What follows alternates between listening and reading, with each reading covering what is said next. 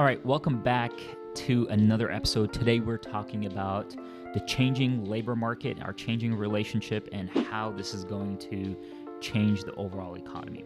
So thanks again for being part of the show.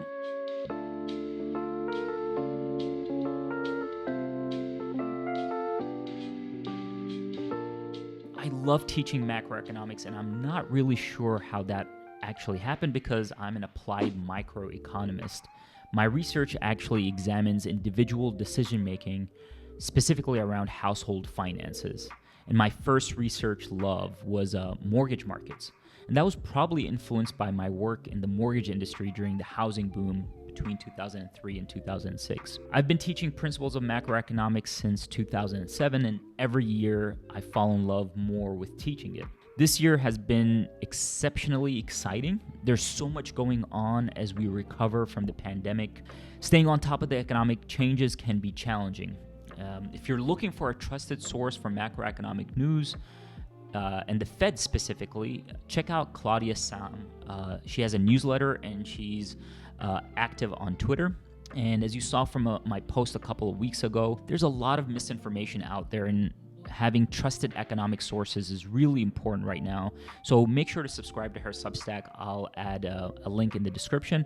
It's been extremely helpful for me.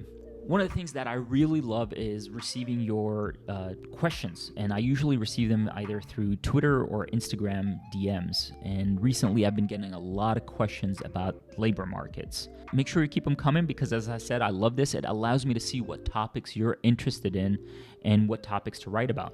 Let's talk about some of the questions. And the thing that I love about these questions is you get to see and hear or understand public sentiment about these questions by how they frame the questions. So these are some questions that I received. One, have stimulus checks made people lazy? Or another one that I received is, why don't employers just pay higher wages? I mean, it would make sense if there's a shortage, just increase the wage. Or do people not want to work anymore? This is kind of similar to the are people lazy type of thing.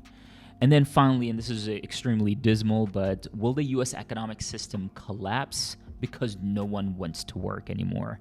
So these are some questions, and they're all about the labor market. And the reality is we are rethinking our relationship with work. This is a graph from the Federal Reserve Economic Data, FRED. And it indicates or shows the quit rates. And one thing that you'll notice is people are quitting their jobs at a higher rate than presented in this data. So, in short, Americans are quitting their jobs at higher rates than ever before. They are often leaving their jobs without another one lined up. This has actually been received less favorably by the public, and specifically by employers, as they struggle to find new creative ways to attract employees. Jadrian Wooten has a good post on framing the Great Resignation. I recommend that you subscribe to his Substack for more economic content. If you like the stuff that I'm adding or providing, you will love his work too. I'll include a link to his Substack in the description. I'm not sure if increased pay or improved work environment is actually going to change the labor market shortage. Americans and the world in general are rethinking what work means to them. From my perspective, this AntiWork movement is really just a what do I want to do with my life movement. The pandemic has shook us in many ways, and it has allowed us the opportunity to kind of reevaluate what we want to, how we want to earn our income, and also rethink this labor-leisure trade-off that we hear about in microeconomics. I think this trend was already happening, but COVID expedited the process. I read somewhere, can't remember exactly where, but it said that COVID caused markets to jump 5 years forward on their pre-COVID trends. And if that's true, then maybe labor force participation rates were heading to 61.6% anyways. COVID just helped us get there quicker. From the perspective of the economy, our changing relationship with work is going to impact the overall economy. While most people actually have what I consider a dismal view about the possible outcomes, I'm not as pessimistic. In fact, I'm optimistic.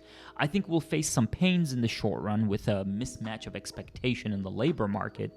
In the long run, it's not as clear on what actually is going to happen. Call me naive. I think most people want to work, and they want to do work that they love and are passionate about. Given the option, people don't want to work just to pay the bills. They want to do what they love.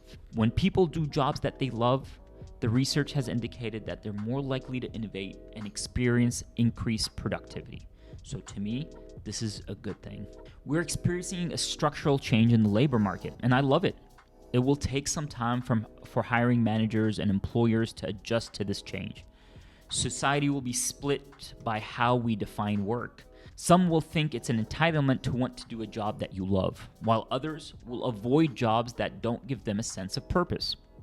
So have you started to rethink what work means to you? If yes, leave a comment. Tell me what your thoughts are. I'd love to learn more.